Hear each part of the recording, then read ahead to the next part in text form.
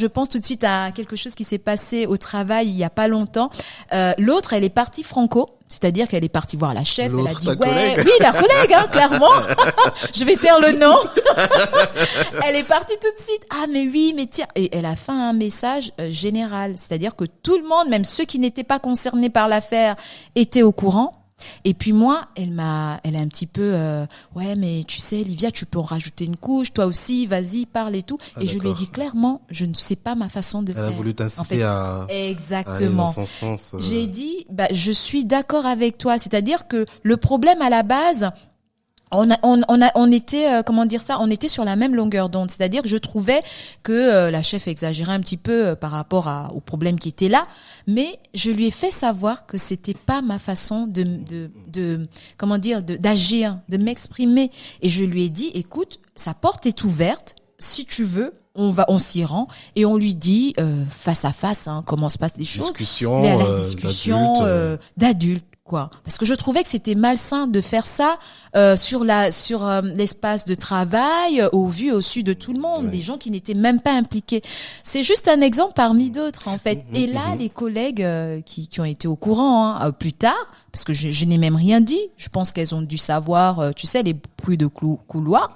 Et là, elles m'ont dit mais oui, t'as bien fait, franchement, ça ne se fait pas comme ça de partir, de faire un message qui va peut-être salir, ternir l'image de l'autre. Peut-être que c'était un piège aussi. Tout qui aurait pu te porter préjudice. Exactement, Jared. Et je te rejoins vraiment parce que quand j'ai regardé les choses un peu plus tard quand j'ai fait mon on va dire ça comme ça. Voilà, quand j'ai pris du recul, je me suis rendu compte qu'effectivement, ça pouvait être un piège de l'ennemi. Voilà. Donc. Ça, c'est une expérience très significative et dont tout le monde doit prêter attention parce que parfois, on ne sait pas comment gérer, mais il faut garder son calme. Exactement. Je dirais qu'il faut faire preuve de sagesse telle que Livia l'a faite. Merci. C'est une preuve de sagesse. Tout à fait, oui. Livia. Oui. Participes-tu à des activités, des groupes, des œuvres caritatives, liées non seulement à ta foi, mais aussi à la charité? Oui, bien sûr. Et finalement, comment elle contribue à ton développement spirituel? Parce qu'on sait que souvent, quand on fait du bien à l'autre, ça nous fait du bien à nous. Totalement. Mais c'est exact. Mais tu réponds en fait à la question, c'est-à-dire que ma foi chrétienne, je la vis aussi au travers des autres. Le Seigneur nous dit dans sa parole, aimez-vous. Il nous dit, aimez-vous les uns les autres. Et moi, j'ai vraiment aussi ce truc-là à cœur de vraiment faire du bien autour de moi, comme je peux. Peut-être pas comme je veux, parce que voilà, parfois ça nécessite à mon niveau, voilà. Et donc je te dis clair, je fais partie de l'association Action vers l'espoir. Et j'avoue que ça aussi, le Seigneur, c'est une bénédiction. Et ce sont des choses en fait qui me confortent dans l'idée que le Seigneur m'a vraiment mis à la place qu'il fallait. Parce que si je n'aurais pas été dans l'église où je suis actuellement, je n'aurais pas peut-être fait partie de cette association, mais vraiment. Et c'est pour moi une façon de me rendre utile, parce que j'aime beaucoup ça, je suis dans le soutien, j'aime ça. C'est vraiment quelque chose aussi dans lequel je sais maintenant que le Seigneur m'appelle. Faire des œuvres caritatives et Dieu merci, Action vers l'espoir est là pour nous permettre de faire ce genre de choses, de poser des actes. Mais vraiment, l'année dernière, on a collaboré avec une association au Gabon. Oui. Une association Finalement, SOS. C'est arrivé à bon port. Ils ont réceptionné leurs colis. SOS prisonniers du Gabon, enfin de Libreville. Alors c'était un petit peu compliqué parce que ça arrivait à un moment où, c'était en fin d'année, en décembre dernier, et donc c'est un temps où voilà, les gens font des dons, ce genre de choses. Exact. Et donc je me suis un petit peu associée avec avec les membres de l'association Action vers l'espoir. On a fait quelque chose pour les prisonniers du Gabon. Bon, on n'a pas tout fait parce que par exemple pour les t-shirts, on avait imprimé des t-shirts, on nous avait dit au niveau du Gabon ça ne passera pas parce que ça fait ça fait politique. un petit peu. Ils ont pris ça comme ça, en fait. Et ils m'ont donné essentiellement des objets qui pouvaient rentrer au niveau de la prison centrale. Donc, nous, on avait préparé des kits d'hygiène. Donc, il y avait dedans des brosses à dents, des pâtes dentifrice, ce genre de choses, des rasoirs Bic et tout. Mais par contre, tout ce qui était rasoir Bic, ça n'a pas pu rentrer. Voilà. Donc, en fait, ce qu'on a fait, on a séparé les dons. On a fait deux groupes. Donc, une partie qui est vraiment partie à la prison centrale. Et donc, c'était quoi? C'était des savonnettes, c'était ce genre de choses. Voilà, dentifrice, exactement. Et de l'autre côté, tout ce qui était pour les t-shirts. Alors, on a trouvé une autre association. C'est des jeunes, c'est des je sais plus très bien le terme, mais c'est des jeunes qui sont abandonnés à eux-mêmes, qui sont un petit peu dans la rue. Et la personne qu'on a eue en face de nous, elle nous disait qu'ils avaient souvent ce genre de besoin, de vêtements, ce genre de choses. Et donc, les t-shirts sont essentiellement allés à ces jeunes adultes. Voilà. Super, ça a pu leur servir et ils ont été très heureux finalement. Tout à fait, totalement. Et j'ai eu de très, très bons retours. Vraiment, c'est à refaire. C'est à refaire. Donc, à part ce qu'on fait avec l'association, excuse-moi de te couper, avec l'association Action vers l'espoir sur place à Metz, il y a aussi une possibilité d'ouvrir les horizons et de faire d'autres choses en Afrique, par exemple. Faire de l'humanitaire à l'étranger. Voilà. Très bien. Et finalement, Livia, quels sont les moments de joie, de transformation ou de guérison qui ont contribué à ta foi chrétienne? Alors, ça peut être simplement des moments de joie. Oui, des moments de joie, mais écoute, Jared, moi, je suis dans la louange, je sers dans la louange et dans la danse aussi. Bon, la danse un peu moins maintenant, mais beaucoup plus dans la louange. Et à chaque fois que je me mets devant le Seigneur, je profite vraiment. En fait, c'est comme si la louange est pour moi une cure. Voilà, c'est vraiment une cure. Et peu importe où je suis, une cure finalement. Parce que je le vis. Donc tout ce qui est souci, tout ce qui est guérison, problème et tout, je l'ai vécu comme ça. C'est-à-dire que j'arrivais, par exemple ici à l'église, le dimanche, et je me laissais aller dans la louange, mais véritablement. Je me laisse juste aller, je profite du moment, et les paroles que je dis dans ma bouche, je les vis, en fait. J'essaye de les vivre, de les capter vraiment dans mon esprit, et je vis la chose. Je dis n'importe quoi. Si on dit, la pluie de guérison descend, je m'imagine guérie. C'est-à-dire que si j'avais, par exemple, il m'est arrivé de venir ici, la voix enrouée, avec une petite grippe et tout. Quand je pars d'ici, je n'ai plus cette grippe. Si je suis arrivée fatiguée parce que j'ai travaillé la semaine et j'étais pas bien, quand je pars de l'église le dimanche, je suis totalement, libérée, je suis en paix, j'ai une joie, mais que je ne peux même pas m'expliquer, en fait. Ce que tu crois et que tu le confesses de la bouche, ça s'accomplit. Amen. C'est ça. C'est ça. C'est exactement cette parole-là que je vis. Et je le fais à l'église, je le fais chez moi. C'est-à-dire que chaque moment, même quand je suis dans la rue, si je suis dans une sorte de méditation, j'écoute de la louange ou de l'adoration, vraiment, je fais corps avec ce que j'entends. Et ça m'aide beaucoup. C'est très important, c'est très important. Et on sait ô combien les paroles que l'on confesse de notre bouche ont un impact considérable sur notre vie. C'est ça. Et elles s'accomplissent si on y croit très fort. Si on y croit, elles s'accomplissent. Et je ne sais pas si tu as une question par rapport aux finances. Alors, non, tu peux rebondir dessus, il n'y a pas de problème. Je sais pas pourquoi j'y pense là, mais c'est aussi quelque chose que je vis. Parce que, comment dire ça? J'ai des moments comme ça. Bon, on en a tous des moments où on se dit, Seigneur, là, il faut faire un miracle par rapport à nos finances, par rapport à nos avoirs. Et j'ai lu des livres. J'en ai lu 2 ou 3, mais ne me demande pas le titre parce que je suis prof, mais j'ai beaucoup du mal à retenir souvent les titres et tout. Ouais, oui. Et ça, ces livres-là m'ont véritablement aidé à comprendre que les finances, en fait, c'est quelque chose que tu dois pratiquer. Ce n'est pas seulement une question de lire la parole ou de lire un livre, mais c'est des choses qu'on doit pratiquer dans les dons, les dîmes et les offrandes. Et donc, je rebondis par rapport aussi à ce qu'on disait par rapport à l'association. Quand on donne du temps, quand on donne notre énergie, quand on donne un vêtement, ça nous revient. Hein. Ça nous revient. Et c'est comme ça que le Seigneur nous bénit.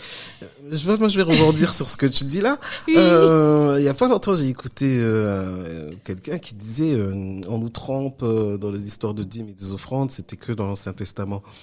Qu'est-ce que t'en penses, toi, par rapport à comment tu te positionnes, toi, alors, quand t'entends ça? Moi aussi, à un moment, j'ai eu ce questionnement. Je vais pas te cacher. Au début de ma foi, de ma marche avec Christ, je me suis posé la question. Mais souvent. Et je faisais quoi? Je suis quelqu'un de je suis très carré, en fait, dans ma façon de faire, très organisée, je planifie, tout ça. Et par rapport aux finances, c'était le cas. C'est-à-dire que si j'avais 50 €, je dis n'importe quoi, je vais vraiment calculer, voilà, ça, je vais faire comme ça. En fait, je ne me laissais pas aller et je ne vivais pas la parole de Dieu. Donc, par rapport aux dîmes et aux offrandes, quand j'ai commencé à mettre en pratique, j'ai vu vraiment que ça change. Qu'il y a eu un vrai changement, en fait, dans ton quotidien. Changement. C'est pas parce qu'on retient 10 € ou 5 € dans sa main qu'on finira mieux le mois. Finira mieux le lendemain. Non, ouais, c'est pas vrai. C'est en donnant qu'on reçoit, en fait. Et là, j'ai mis le Seigneur à l'épreuve, puisqu'il dit dans sa parole, mettez-moi à l'épreuve et vous verrez si je ne vais pas ouvrir les écluses des cieux. Et je te promets, j'arrête que cette parole est véritable. Amen. En donnant ma dîme Amen. Et mes offrandes, je n'ai plus jamais manqué de rien. Tu prêches à convaincu. Amen. En tout cas, ceux qui nous écoutent, croyez-le, la dîme et les offrandes impactent considérablement sur les finances. Tout à fait. Livia, on arrive presque à la fin de ce podcast très intéressant.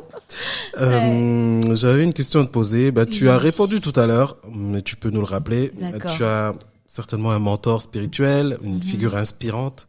Tout à l'heure, tu nous as dit Ladonna Osborne, Bishop. Est-ce qu'il y a une autre personne qui t'impacte, qui t'influence spirituellement? Qui m'influence spirituellement. Alors, je vais parler de quelqu'un qui n'existe plus, mais qui a existé et qui a laissé une œuvre considérable dans ce monde. Il s'appelle Oral Roberts. Yes.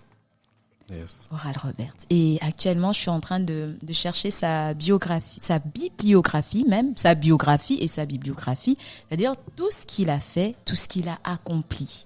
C'est quelqu'un qui vraiment qui m'influence.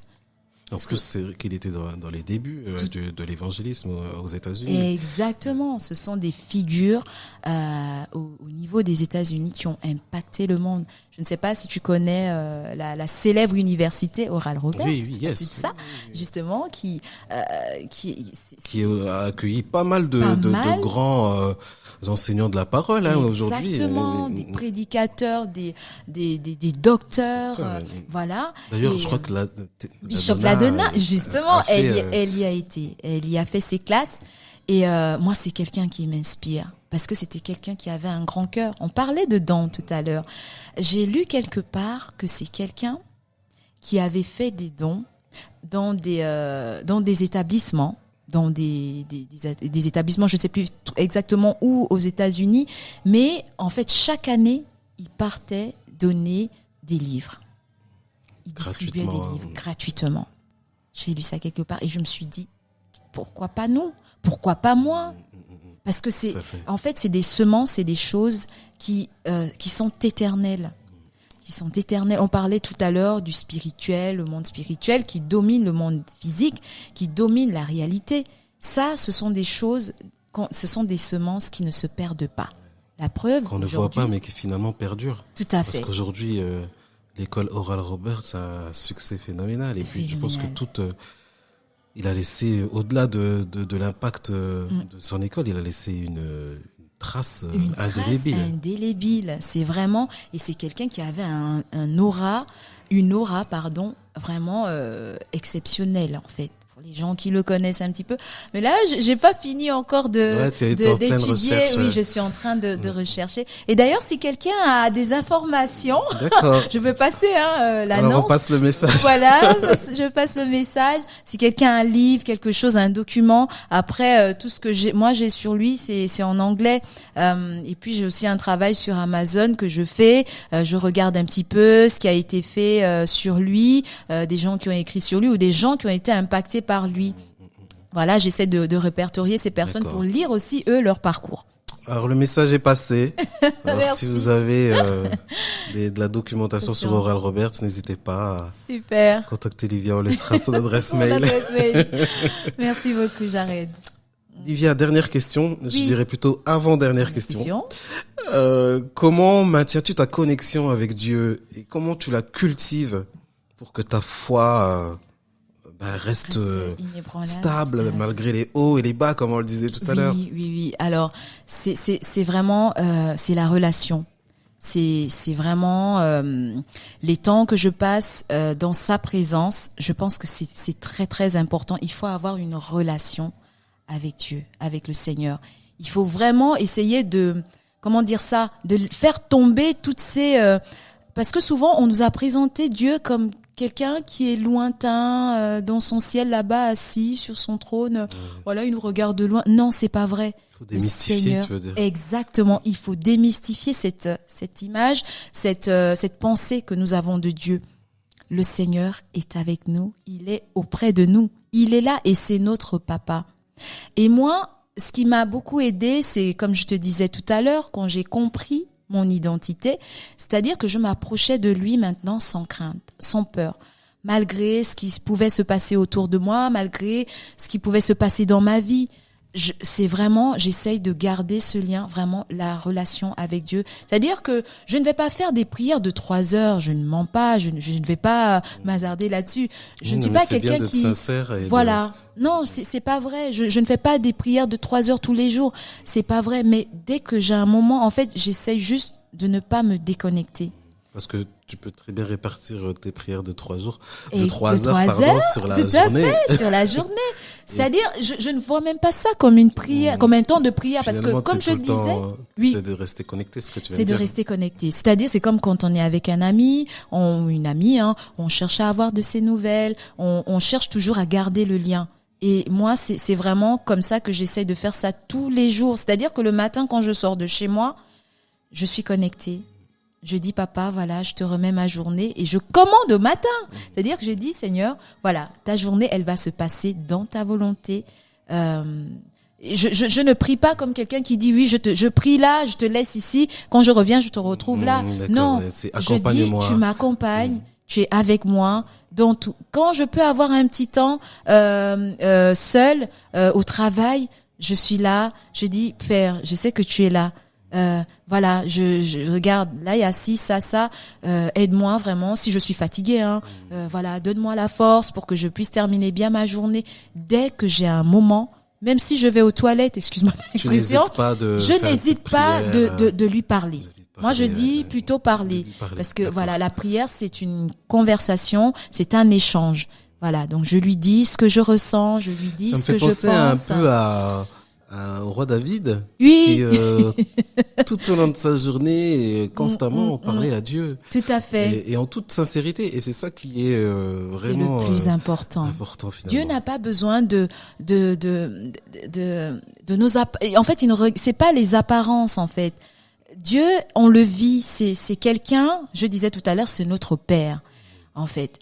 Et quand j'ai commencé à regarder le Seigneur comme mon papa, moi je suis sa fille, je te dis, beaucoup de choses ont changé. Et c'est ça qui fait le lien, en fait, le fil. Et surtout aussi le Saint-Esprit. Parce que le Saint-Esprit, c'est l'Esprit de Dieu. C'est l'Esprit de Jésus qui est en nous. Et à chaque fois que j'invoque le Saint-Esprit, que je lui dis, Saint-Esprit, là, vraiment, prends le contrôle. Je n'arrive pas à tel truc, ou bien là, je suis un petit peu fatiguée. Je suis dans une sorte d'endormissement, comme ça, un petit soupir, comme ça. Je dis, prends le relais. Et ça marche. Je te promets que ça marche. Ouais. Et c'est comme ça que je maintiens la flamme, en fait. Simplement, comme ça. Je parle au Seigneur, comme si je parlais à une personne. Parfois, chez moi, je suis là dans ma cuisine et je dis, ah, mais papa, mais ça, ah, mais tu as vu ça? Non, mais ça m'a fait mal. Ah, mais là, c'était comme ça, mais papa, voilà. Je sais que tu es là et que voilà. Je parle comme ça, mais vraiment. Et finalement, ça a changé ta façon de vivre ta vie de chrétienne. Totalement. Et finalement, aujourd'hui, t'en es épanoui puisque ça te permet en toute libéralité, de partager cette relation avec Dieu qui est tout à fait, qui est unique, parce qu'on est tous uniques et on la partage tous d'une certaine façon. Exactement. C'est quoi de mieux que de lui parler librement? Tout à fait. Parce que parfois on veut mettre tu sais, on met des artifices, là, même dans la façon de formuler, là, c'est vraiment dans la prière classique. Après, il y a prière et prière. Mais là, vraiment, je partage quelque chose que je vis et qui marche. C'est-à-dire que quand j'ai des temps où je dois vraiment me mettre dans l'exaltation, je suis dans sa présence, je parle bien entendu de ma chambre, voilà, je ferme ma porte, je sais que là, je suis vraiment dans un temps de communion, mais c'est pas la même chose quand je suis à l'extérieur, quand je suis dehors, je marche dans la rue, voilà, c'est pas pareil. Mais ce qui est important, comme je disais tout à l'heure, c'est de garder vraiment le lien, de continuer à le solliciter, parce qu'il aime ça. C'est notre papa, en fait. C'est vrai, c'est cette relation de père et fille, père et fils, qu'il faut continuer à alimenter tout le temps, et même par des choses simples, hein, parce que tu vois, moi j'ai une image souvent, je me dis, qui m'a beaucoup aussi aidée, c'est quand on est dans la maison avec nos parents. Ils achètent tout, on est enfant, c'est eux qui s'occupent de nous en fait. Et là, on va dans le frigo, on prend ce qu'on veut, parce que en fait, on se sert dans le frigo de papa. On n'a pas besoin, tu vois, de formuler, je sais pas comment, mettre des barrières là, je sais pas quoi. Tu veux dire qu'avec Dieu, on doit être vrai. On doit pas prendre des pincettes ou exactement. On doit pas se mettre je sais pas si j'explique bien. Parce que dans notre façon de faire, souvent, c'est religieux. C'est-à-dire qu'on vient, oh, mais Seigneur. Oui, on a appris d'une manière et on pense que c'est cette manière-là qu'il faut approcher Dieu, alors que lui, il nous dit tout le contraire. Exactement. C'est d'aller, viens comme tu es. Et demande-moi de la plus simplicité, de la manière la plus simple, pardon. Oui. Et même quand tu as péché, quand tu as fait quelque chose qui n'est pas bien aux yeux de papa, ne reste pas dans ton coin, ne sois pas dans la culpabilité. Ah, mais j'ai fait ça. Je pense qu'il faut venir lui dire. Il faut venir lui dire. Tu dis, là, papa, il y a eu de l'irritation. De toute façon, il le sait. Il le sait déjà, tu vois. Donc, pourquoi ne pas se décomplexer et puis dire les choses telles qu'elles est? Parce que je te dis, on perd beaucoup dans les tournures, dans les formulations, ah oui, Seigneur. Non, papa, là, à un moment donné, quand il y a eu ça, j'ai été irritée dans mon cœur. Et je sais que l'irritation ne vient pas de toi, mais la paix. C'est toi qui me donnes la paix. La paix que personne d'autre ne peut me donner. Et tu la donnes en abondance. Donc, remets la paix qu'il y avait en moi dans mon cœur. Tu mets vraiment le point sur la chose, en fait. C'est ça. Faut pas... Nous, on est toujours en train de vouloir meubler, parler comment. C'est pas ça. Il faut être nu, vrai, devant papa, parce qu'il sait tout, de toutes les façons. Voilà. Très, très, très intéressant et très impactant. Livia. Oui. On vient de terminer ce podcast, mais comme pour habitude, je demande toujours à mon invité s'il a un mot pour quelqu'un qui nous écoute, qui va nous écouter. Alors, si j'aurais un mot pour quelqu'un qui nous écoute, je vais simplement dire à cette personne, si elle n'a pas encore fait le pas de s'approcher véritablement, elle est peut-être comme moi, j'étais née dans une famille chrétienne, protestante, évangélique, qui partait à l'église le dimanche, mais qui se sentait vide. Je veux simplement lui dire, le Seigneur t'aime, le Seigneur sait, il a un plan, il a fait un plan avant même que tu existes. Il dit dans sa parole qu'avant que tu ne naisses, il avait déjà formé des plans pour toi. Et ce sont des plans de paix, des projets de paix et de bonheur. Donc, viens tel que tu es, approche-toi. Dieu n'est pas dans une religion. Je disais au début que j'ai touché à tout. Et j'ai trouvé Dieu dans la relation. J'ai trouvé le Seigneur. J'ai rencontré Dieu dans la relation. Et je continue d'alimenter cette relation. Et une fois que tu as fait ça, tu verras que il va te donner une paix, mais que tu ne peux même pas imaginer. Voilà, c'est ce que je pouvais dire à quelqu'un. Donc, sois fortifié et n'aie pas peur. Parce que Dieu ne te délaisse pas, Dieu ne t'abandonne pas. Et c'est sur ces sublimes mots qu'on va rester. Dieu ne t'abandonne pas. Merci Livia. Merci à toi Jared et j'espère à bientôt. À très bientôt.